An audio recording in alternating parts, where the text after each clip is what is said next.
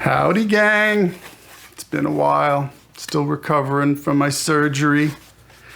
Starting to play a little. Getting my facilities back. Can't really sing yet. I mean, I can, but I can't really hit any notes reliably. That's okay. It's been a good run. But they say it'll come back. We'll see. So, before we get to the pedal giveaway, because I figured while I'm convalescing, I might as well give away another pedal. A really good one. I wanted to talk about my favorite record of all time, or I should say, I've probably listened to this record more than any other record other than Live at Leeds. It's going to be a toss-up, but I think George Harrison's All Things Must Pass I've probably listened to more than Live at Leeds. Probably. And they did a remastered version a few years ago. That was cool. I don't know if it was worth it really, but it was cool. Any George Harrison's cool. He was my favorite Beatle. But All Things Must Pass is a masterpiece. So I've been fortunate enough that I got a copy, an early copy. It comes out like next week or something, the deluxe version. And I got the super deluxe version with the vinyl and like 8 CDs or some ridiculous thing. And I was excited about it because for years I've been saying, wow, if they got rid of all that Phil Spector muck and production and reverb, it'd probably be awesome, right? I don't know. And here's why. So it's a challenge to go back and revisit anything. As a friend of mine I grew up with, Tom Montalbano, said, you know, when an artist has an intention at a certain point in their life of a statement they're making, it's really hard to reinterpret that. I actually have dug the Beatles remixes, remasters, because those records were dumped down several times from 4-track tapes to get where they wanted to go. So they're clearer, crisper, the drums sound better, everything's more defined. You can actually hear what the real guitar tones were. It's still great. But yeah, it's not the original. So it's a conundrum. But All Things Must Pass, I was like, wow, you know, there was like 20 or more people playing at once, you know, the wall of sound that Spector liked, and George obviously embraced this, and then throwing echo and reverb on top of that. But that record was very exciting. I know it excited me as a kid. I mean, it still does. It's thrilling. All the Beatles music is thrilling, but particularly as far as the solo work goes, All Things Must Pass was just like, oh, right? I mean, no one expected it. I mean, we knew George was a great writer. I mean, you want to know how great the Beatles are? If anybody wants to argue with you, right? The most recorded song in history is Yesterday, right? Okay, everybody knows that. What's the second most recorded song in history? Tick, tock, tick. Something by George Harrison. So the third best writer in the band wrote the second most recorded song in history? Come on. And, you know, like, enough said.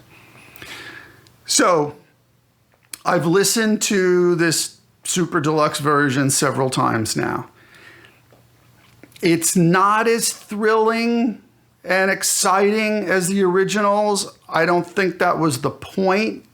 So I'll put that caveat out there. They've stripped it down. There are still songs where there's a bunch of people playing, like, I don't know if it's 20, but, you know, there's certain songs like Wah Wah and Waiting on You All that I can hear that there's still, it's not just 4 people in a room. However, you know, My Sweet Lord and What Is Life and some of the other better known songs, they've stripped it down, right? So it's a tight group ensemble, maybe 5 or 6 people. There's not the reverb. There is reverb, but not the the wall of reverb and echo that was on the original. It's much drier. I don't know. I mean, I'm happy to have it. I still love it, and I still love George. I then went back and listened to the original, and the original's much more thrilling to me. It just is. But there are dozens of outtakes and demos and songs that never even made it to the final record. To me, that's a treasure trove that makes it worth it to own this collection. And if you're really a person who hates echo and reverb and you really want to hear it stripped down, this might be for you too. Obviously, you hear the song, the construction, the basics, the form of it better that way. It's just maybe not as in your face, not as big, and again, not as exciting. So that's just to me. I don't regret laying out a couple $100 for it. There was an Uber version for $1,000. That ain't happening. It look cool though. I don't know. But it is cool to hear all these alternate versions and demos, and it is cool to hear them stripped down. But to me, the original is still going to be the ting. You know what I'm saying? The ting, as we say in New York. That's my little piece on All Things Must Pass. Now, we're going to get to the pedal. So, giving this away worldwide, and I'll tell you what this time, because everybody's like, even though I say, listen, you got to pay for shipping overseas, because our postal service in America has gotten insane, right? Like it used to, if I used to mail a CD to Sweden, it was like $3. Now it's $14 for a CD in a padded envelope. It's insane. So I'm sorry, but it's really expensive to ship overseas. But this time, because I'm in a good mood and I got nothing better to do and I'm convalescing, I will ship this pedal anywhere in the world other than Australia, because Australia is $55 to send a pedal to. I'm sorry. I sold a pedal off Reverb once and it was $55. It was like, what?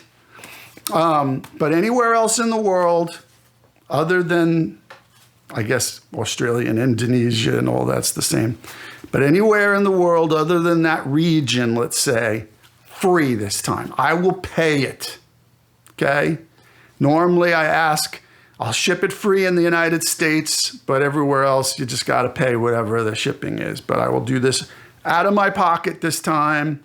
This is a pedal I bought to do a demo for. It wasn't given to me. I paid for this. This is out of my collection. But it's awesome. It's the Space Station Pro from CKK Electronic. And CKK is, it's like an offshoot of a bigger company. I'm trying to remember, that makes really awesome pedals. I'm trying to remember the name of them. But a fantastic pedal company. And this is an offshoot where they were going to make, more affordable pedals. And that's the Space Station Delay Reverb. You can use it as just a reverb. You can use it as delay reverb. You can use it as just a delay. And it's massive. Check out some demos online of this thing. This is the latest version, by the way, which allows you to do some crazy routing and stuff. But it's awesome. The delay is great. It's a digital delay, but it's great. The reverb is massive. It is. It's really massive. Or you can, it can be not massive. That's up to you. So, how do you win this pedal? I want you to post below your favorite George Harrison song. See the theme here? Tell me what your favorite George Harrison song is, and you're automatically entered. You have to be a subscriber as well. So you have to subscribe, because I have to be able to see your name as a subscriber so that I can put everybody into the calculator for the drawing, right? For the random name generator. So you have to be a subscriber, and all the only other thing you got to do, your favorite George Harrison song. Good deal, right? There you go. All things must pass. Oh, when am I doing this? Let's see. Today's August 1st when I'm filming this. I might post this later today, but it might be tomorrow. So let's say Elvis's birthday, August 16th. I'm going to draw the winner at 10 a.m. Central Standard Time, United States on August 16th. So start posting. Peace.